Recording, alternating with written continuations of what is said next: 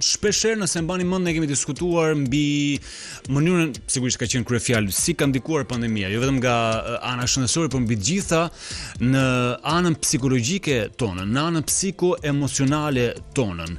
Shpeshherë jemi drejtuar psikologëve për të kuptuar se cilat kanë qenë ankesat më të mëdha edhe le të themi frikrat më të mëdha që njerëzit janë detyruar shpeshherë edhe të artikulojnë edhe në këtë formë të kërkojnë mendim edhe ndim mbi gjitha nga ekspertët e fushës janë psikologët apo psikoterapeutët, niveli i lartë i ankthit e kemi diskutuar, ngarkesa emocionale që ka qenë e madhe, frikë, konflikte bashkëshortore, kemi prekur edhe këtë çrregullime të sjelljes fëmijës, çrregullime të gjumit, forma ndryshme depresioni te kush më e theksuar, te dikush ndoshta më pak, janë gjitha këto pasojë që janë reflektuar dhe është kërkuar ndihma e specialistit. Mbi gjitha, në kohën e pandemisë ndihma online e psikologut.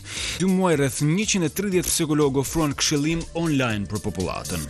Në total pati rreth 800 këshillime, nga të cilat u konstatua se rreth gjysma e tyre, 50% e njerëzve vuajnë nga ankthi. Se çfarë rekomandon, po mbi gjitha se çfarë ka vënë re psikologu, ne diskutojmë këtë mëngjes me kryetare në Urdhrit Psikologut. E kemi në lidhje Skype Valbona Treska. Mirëmëngjes Valbona. Mirëmëngjes. Mirëmëngjes. Valbona, kënaqësi që të kemi në studio, e sigurisht që i duhet dhënë vëmendje edhe gjendjes së marrëdhënieve në familjen shqiptare, të gjitha problematikave që në fakt duket se i nxorin më shumë në pa pandemia, por edhe konfliktet bashkëshortore që në ato familje që ndoshta nuk ishin të shëndetshme që përpara pandemisë u shtuan, por duket se u evidentuan të reja tek familjet e shëndetshme. Ju si e keni konstatuar? Në fakt, orin e kemi konstatuar, u nis kjo pjesa e konsultave online, u nis për t'i ardhur në ndihmë popullatës, kanë qenë gati 130 psikologë në gjithë Shqipërinë që vazhdimisht kanë dhënë këshillim online për popullatën për në 50 ditë të karantinimit, dhe kur përpunonim të dhënat çdo darkë që na vinin të dhënat nga qytete ndryshme, menduam që okay, këto janë të dhëna që janë shumë interesante dhe për aq kohë sa shtrin në një popullatë të gjerë, domethënë gati 800 individ, është mirë që ti përpunojmë edhe të dalim në të dhëna konkrete. Ajo çfarë neve kemi konstatuar, ashtu siç Isli e përmendi pak më parë, është ajo që neve kemi thënë në fakt edhe në lidhjet tona, qoftë edhe me wake upin apo me emisione të tjera televizive, vazhdimisht psikologët e kanë ngritur si shqetësim një nivel të shtuar ankthi tek popullata. Dhe aktualisht ne kemi një nivel ankthi që shkon në 47% të popullatës. Unë i vë theksin faktit që këto janë problematika të cilat pandemia, një pjesë të këtyre problematikave i ka nxjerr në pa, domethënë dhe i ka rritur riskun pandemia për të patur probleme të shëndetit mendor. Por ndërkohë konstatojmë që neve kemi një numër të konsiderueshëm të problematikave të shëndetit mendor, të cilat kanë qenë prezente në popullat përpara se të ndodhte pandemia. Neve kemi një element që është shumë i rëndësishëm dhe kjo është thënë dhe është ngritur vazhdimisht edhe kjo si problematik. Kemi tërmetin e 26 nëntorit, traumë e cila i është mbivendosur pandemia, i është mbivendosur traumës tërmetit. Por jo vetëm kjo, ajo çfarë konstatohet në popullatën e gjerë, një sër problematika është të shëndetit mendor, dhe kur them shëndet mendor për ta bërë pak më të prekshme pjesën e shëndetit mendor, se duket si ndonjëherë duket fare si abstrakte, por aq kohë sa neve nuk e kemi të prekshme. Domethënë, nëse neve një dëmtim fizik e shikojmë dhe e konstatojmë edhe me sy, pjesën e shëndetit mendor, por aq kohë sa neve nuk e shikojmë dhe nuk e prekim, na duket si një gjë që okay, është atje, po nuk e shohim, nuk është e prekshme për neve. Dhe kjo në fakt edhe mini studimi po themi që Urdhri i Psikologut ka ndërmarrë, është një apel shumë i madh edhe për institucionet shtetërore edhe për politikat që qeveria duhet ndërmarri, sepse nëse kemi mjek të cilët na konstatojnë që kemi këto problematika fizike të popullata, kemi gjithashtu një armat të tërë psikologësh që na konstaton që një sekond se kemi dhe problematika të shëndetit mendor, nuk i kemi të dukshme, nuk i kemi të prekshme, por ama janë atje. Por mund të përfundojmë që të kthehen në shifra fatkeqe shumë shpejt, kështu që do të ishte mirë që për këtë të merreshin masa. E gjithë kjo situatë mund të regresojë, dhe këto janë problematika që na ndikojnë neve në përditshmërinë tonë. Çfarë do thotë? Momentin që ti je i ngarkuar emocionalisht, do thotë që ti nuk bën mirë rolin tënd si prind familje, ti nuk bën mirë rolin tënd si bashkëshort në familje apo si partner me dikë tjetër. Ti ke rendiment të ulët në punë, ti nuk përqendrohesh mirë në gjithë përditshmërinë tënde. Ti ke ngarkesë të shtuar emocionale dhe luhatje humori. Të gjitha këto ndikojnë në rendimentin edhe në cilësinë tënde të jetës. Dhe sa më shumë këto të ndikojnë në cilësinë tënde të jetës, aq më shumë do të thotë që edhe rendimenti i punës tënde të përditshme ulet. Kështu që këto janë shifra që janë një këmbën alarmi dhe duhet të kthejmë, unë kam thënë dhe gjej rastin ta rikthem prap. Jemi ende në maj, që është muaji i shëndetit mendor dhe na duhet që të kthejmë syt nga shëndeti mendor. Është një problematikë që e kemi të shtuar, është 30 vite tranzicion kanë ndikuar tek neve.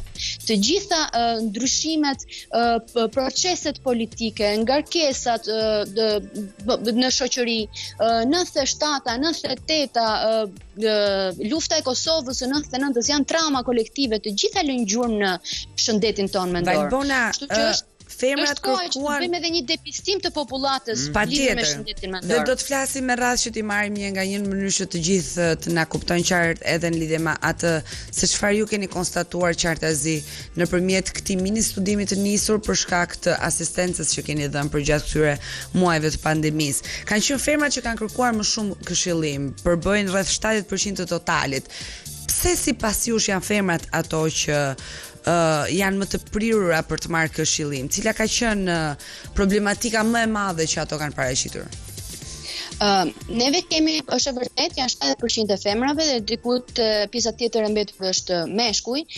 Neve konstatojmë që mosha 30-35 vjeç, veçanërisht nënat me fëmijë, kanë zhvilluar shumë problematika gjatë kësaj periudhe të izolimit sesa pjesa tjetër e shoqërisë. Dhe po të vini re, domethënë mosha më e lartë edhe në grafiqet që neve kemi publikuar është 30-35 vjeç. Femrat kanë pak më të lehtë aksesimin me psikologun. Meshkujt edhe për shkak të mentalitetit, të marrim gjërat me radhë. Meshkujt për shkak të mentalitetit kanë më të vështirë aksesimin me psikologun, e kanë edhe në mundësinë e tyre që gjërat mbaj për vete, mos u tregoj dobët tek të tjerët, po ndërkohë kjo nuk do të thotë që ato nuk përjetojnë ngarkesë emocionale, përjetojnë të njëjtën ngarkesë emocionale ashtu si femrat, domethënë edhe meshkujt edhe femrat përjetojnë ngarkesë emocionale. Nga ana tjetër, vlen të theksohet se e gjithë mënyra se si ka ecur karantinimi, flasim për mësimet online të fëmijëve, menaxhimin e punëve të shtëpisë, shkëputjen nga marrëdhëniet e tjera sociale, të gjitha këto kanë ndikuar që nënat edhe një pasiguri e madhe edhe për të ardhmen, sepse duhet vënë theksi edhe kësaj, domethënë aspektit ekonomik, ka një pasiguri në popullat për të ardhmen, gjë e cila është shfaqet vazhdimisht domethënë kjo pasigurie ekonomike. Kështu që kjo ka bërë që femrat të jenë të shfaqen më të ngarkuar aktualisht psikologjikisht dhe të kenë edhe kanë edhe më të thjeshtë në fakt aksesimin te psikologu. Neve vëmë re edhe gjatë konsultave, kjo në përditshmëri, jo lidhur detyrimisht me pandeminë apo me tërmetin, që femrat ofrohen më thjesht për të kërkuar konsulta psikologjike tek psikologu. E kanë më të lehtë të flasin për problemet e tyre, t'i pranojnë apo edhe t'i konstatojnë. Janë më të hapura emocionalisht, domethënë meshkujt momentin që kanë një problem emocional përpiqen që ta përtypin me veten e tyre, ose maksimumi mund të gjejnë një shok të ngushtë apo vllajin për ta diskutuar dhe duhet kohë, është një proces pak më i gjatë deri në momentin që shkon tek psikologu. Ndërkohë që femra e ka shumë më të thjeshtë ndonjëherë që të gjithë ngarkesën emocionale ta bëj prezente, qoftë në rrethin e saj social apo në rrethin familjar, qoftë edhe pastaj që të kërkoj ndihmë tek psikologu. Mosha nga 30 deri në 35, ashtu siç edhe ti e ceke dhe sqarove pak, ishte fasha që ka kërkuar më së shumti ndihmë tek psikologu për shkak edhe e ka artikuluar dhe duhet ndarë dhe kjo apo jo Valbona, se gjithmonë në të tilla studime ka një maj icebergu që evidentohet për shkak të atyre që i bëjnë publike në një farë mënyrë ose flasin për problemet e tyre, dhe është gjithë pjesa tjetër që në fakt nuk e merr telefonin apo nuk kontakton me një psikolog për problemet që mund të ketë. Problematikat kryesore të kësaj moshe, cilat ishin sipas asaj çfarë ju keni konstatuar? neve prisnim që kjo mosha më e theksuar për konsulta online të ishte mbi 50 vjeç, duke qenë se ishte mosha më e riskuar fizikisht nga pandemia. Ndërkohë që të dhënat që përftuam ishin totalisht ndryshe.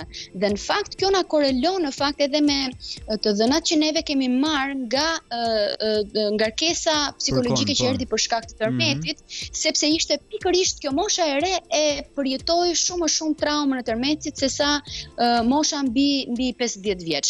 Problematikat që janë më të hasura, unë thash janë ngarkesat emocionale, kemi çrregullime gjumit të cilat kanë qenë shumë të theksuara gjatë kësaj periudhe, dhe kur flas për çrregullime gjumi, nuk flas për persona që kanë ndetur deri vonë për të parë filma apo që kanë ndetur në celular gjatë gjithë kohën edhe kanë për pamundësi për të fjetur kur ti do të flësh.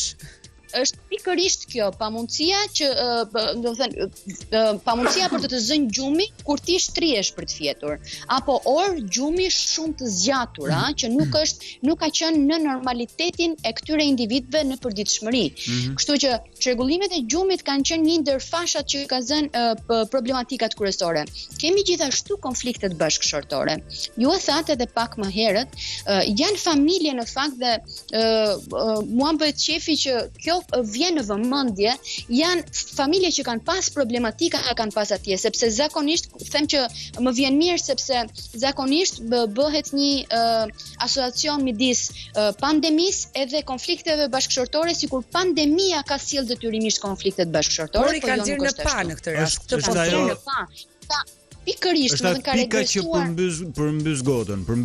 Pikërisht, është shumë e drejtë. Domethënë, familje që i kemi pasur me problematika në brenda tyre, tani Covid edhe të qëndruarit bashkë i kanë nxjerrë në pa. Kështu që dhe kjo nuk është e vogël si shifër, sepse kemi 8% të telefonatave të raportuara flasin për konflikte bashkëshortore. Po a mund të kjo diçka pozitive, Valbona? Sepse nisur nga parimi se në momentin që ti evidenton problemin, e konstaton problemin, e pranon, e përballon, atëherë mund edhe të ketë një zgjidhje. Për sa kohë mund të vijojë me vite të tëra të mbartin probleme të cilat nuk i nxjerrim në pa, mund të mos t'i zgjidhim kurrë. Në fakt jemi në një linjë të menduari në këtë pjesë, sepse unë mendoj që një familje që dhe e them vazhdimisht, një familje që ka problematika dhe nuk funksionon në tërësinë e saj dhe që më shumë të shkakton stres se sa të sjell kënaqësi, familja është atje që ti të marrësh kënaqësi, është shumë e shëndetshme që të shkohet në një divorc të mundshëm se sa të përjetohen dhe të ripërjetohen të njëjtat situata të përsëritura për vite me radhë. Covid e ka përshpejtuar këtë situatën, domethënë mund ta kishim këtë pak më vonë të shfaqur këtë pjesën e të kërkuarit të zgjidhjes së martesës apo të divorcit. Janë dhe gjykatat mbyllur. Gjykatat janë mbyllur, bë shumë kohë që janë mbyllur edhe ndash dot. Nuk e kuptojmë se janë ende mbyllur. Shpresojmë që të hapen shpejt. Po në fakt ajo që është për të diskutuar është që përveç divorcit, që kjo është një zgjidhje e mundshme, ka sjell dhunë në familje. Domethënë të qëndruarit bashkë dhe një familje që ka pas problematika ka gjeneruar dhunë fizike dhe psikologjike dhe kemi pasur fluks të urdhrave të mbrojtjes, të paktën flas për gjykatën e Tiranës gjatë kësaj periudhe. Urdhrave të mbrojtjes që janë shtuar gjatë kësaj periudhe. Që janë shtuar. Mund të më afrohesh deri te aneksi, po pas aneksit nuk më afrohesh. Ato urdhrat e mbrojtjes duhen parë. Valbona, për sa i takon një shifre shqetësuese që besoj të gjithë do t'i shqetësonte, fakti që 18% e telefonatave janë nga adoleshentë në moshën nga 10 deri në 18 vjeç. Cilat ishin problematikat që ata paraqisnin? Jo, është realisht shqetësuese. Neve kemi pasur adoleshentët kanë shfaqur veçanërisht çrregullime të ankthit. Në disa raste kemi pasur dhe atak paniku, të shprehur me atak paniku, kemi pas ngarkesë emocionale, kemi pasur izolim social, ka pasur nga ato që nuk kanë pasur akses të vazhdueshëm në Wi-Fi dhe kanë pasur vështirësi për të mbajtur marrëdhëniet sociale me të tjerë. tjerët, kjo izolimi i adoleshentëve ka qenë një nga problemet kryesore që neve kemi hasur. Është shumë vështirë që ti të izolosh një adoleshent, domethënë në mesin e moshës ku të gjitha vlojnë edhe ka aq shumë nevojë për kontakte sociale, për aktivitete, ti thua që okay, tani do qëndrosh në shtëpi. Mosha ku gjithçka zmadhohet dhe amplifikohet. Kemi qenë të gjithë po ti rikthehesh vetes tënde në atë moshë, bën një sa ke vluar në atë moshë dhe sa ke dashur që dalësh edhe të bësh aktivitete pafund. Dhe ndërkohë problematika tjetër ka qenë që nuk ka pasur fasha oraresh për këto grup mosha. Domethënë tash kanë filluar që të lëvizin më lirshëm, kështu që gjitha kjo pa dyshim që reflektohet në një ngarkesë emocionale të shtuar. Kemi pasur sjellje agresive të adoleshentëve brenda në familje, të cilat janë reflektuar edhe në këtë mini studimin që neve kemi bërë për çrregullimet të sjelljes së fëmijëve që dhe nga vetë prindrit janë raportuar, agresivitet, kemi pasur mbylljen vetvete të adoleshentëve, mosdëshirë për të bërë pjesë e ambientit familjar, tendencë për qëndruar gjatë gjithë kohës në 24 gati në celular. Kështu që të gjitha këto është momenti që t'i shikojmë pak me kujdes. Ky mini studi përkthyer në shifra nuk u nisi i tillë, po u përkthyer në shifra. Është në fakt që neve të mblidhemi të gjithë ekspertët e shëndetit mendor, të bëhen tryezë trumbullakta, të diskutojnë dhe të shikojmë se çfarë politikash konkrete do marrim për këto grup mosha të caktuara dhe për këto problematika të caktuara që i kemi kaq shumë shpesh në shoqëri. Të kishte një zgjidhje reale edhe një vëmendje të shtuar në fakt nga institucionet siç duhet jetë, por na trego pak në lidhje me qytetet nga ku kanë ardhur dhe telefonatat më shumta. Mos gaboj, nëpërmjet studimit tuaj ka rezultuar Lezhë, Tirana dhe Durrësi. Edhe kjo na rikthen edhe një herë tek ajo që ju sqaruat, mbivendosja e stresit të pandemisë. Mbi tërmetin. Pikërisht, na çon prapë te tërmeti. Neve kemi filluar, domethënë tërmeti ka ndodhur në nëntor, neve kemi pasur simptomatologjinë e parë të shfaqur për stres post-traum diku nga shkurti dhe ndërkohë kishin filluar psikologët tanë kishin filluar trajtimin e individëve të cilët shfaqin çrregullime të stresit post-traumatik dhe këto trajtime në një farë mënyrë u lanë në mes, veçanërisht gjatë marsit, pastaj filluan kontaktet online, por të gjitha këto bëjnë që individi të regresojë, domethënë ajo terapi që është ndërmarrë dhe ato të bëhen hapa pas. Pikërisht, kur themi pikërisht të regresojë, të kthehet në gjendjen gati në gjendjen që ka qenë. Kështu që të gjitha këto kanë ndikuar, plus ka një frikë të madhe, domethënë në momentin që ti jo vetëm në këto individ, po edhe te individët që janë konstatohen që nuk kanë probleme të shfaqura emocionale. Ka pasur një frikë të madhe të popullatës, në momenti i tërmetit ty të cënohet ekzistenca jote si individ. Dhe pasi kaluam tërmetin, domethënë pas frikës së madhe që a do arrit të mbijetoj, çfarë duhet të bëj që të mbijetoj, në këto katastrofat natyrore, menjëherë pas kësaj na vjen pandemia. Domethënë kemi qenë aq shumë në gjendje alerte të gjithë. Çfarë duhet bëj? Çfarë hapi duhet ndërmarr? Si duhet të sillem? Vazhdimisht na ka bërë dhe kjo gjendje alerte, domethënë gjatë gjithë kohës që ti je i vëmendshëm që çfarë mund të më ndodhi, ty të lodh psikologjikisht dhe të heq vëmendjen nga përditshmëria, nga veprime, nga sjellje të tjera të përditshme që ti duhet të jesh i angazhuar. Domethënë një përqindje e madhe e vëmendjes fokusohet në këto situata. Dhe mos harrojmë që edhe gjatë pandemisë frika e tërmetit ka ekzistuar, edhe ka pasur disa lëkundje tërmetit, të cilat edhe këto kanë bërë, domethënë që të shtohet edhe më shumë gjendja e alarmit tek individi. Ndërkohë i gjithë diskutimi sigurisht që mund të kanalizohet në shumë le të themi pika të gjithë asaj se çfarë mësua, edhe të detyruar nga dy situata shumë madhore, siç ishte jo vetëm tërmeti, po mbi gjitha qershia mbitorët edhe e gjithë pandemia. Çfarë duhet bër urgjentisht kur është bër një fushat masive ndër vite për të theksuar rolin e psikologut dhe për ta futur edhe në mentalitetin e shqiptarëve. Se shpeshherë mjaftoheshin vetëm duke artikuluar që psikologu ka rolin e tij, ekziston edhe bën mirë. Po megjithatë për ta vënë në praktik, urgjentja sipas jush, cila duhet të jetë?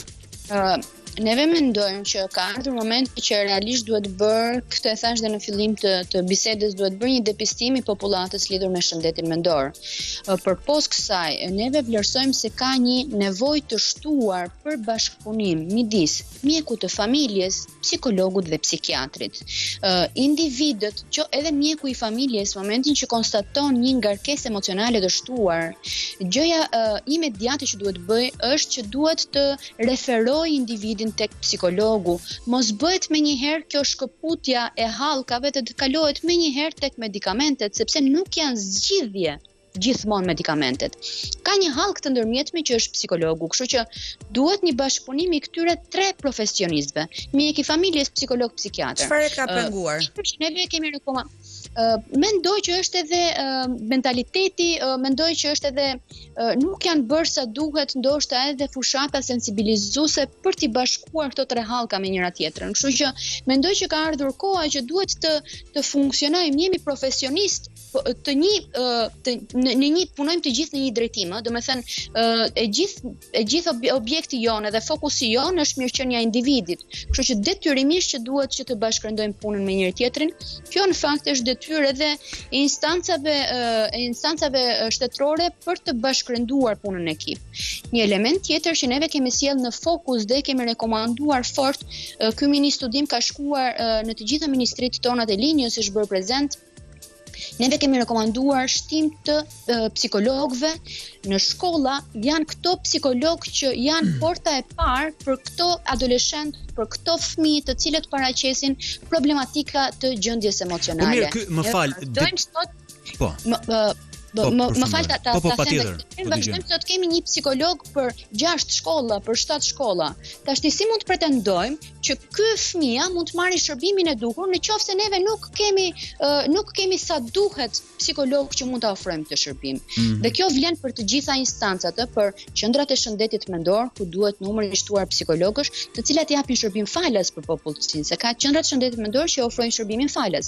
Kështu që janë të gjitha këto instanca duhet të shtohet detyrimisht numri i psikologëve që ofron shërbim, në mënyrë pastaj që mos shkojmë aty ku juve thatë me të drejtë. Valbona, duke i marrë gjërat me radhë për t'i bërë më konkrete, për shembull, kur mund të fillonte dhe kur mund të bëj, si mund të bëj, dhe nëse nuk është bërë, pse nuk është bërë depistimi i gjithë situatës në një nivel popullate.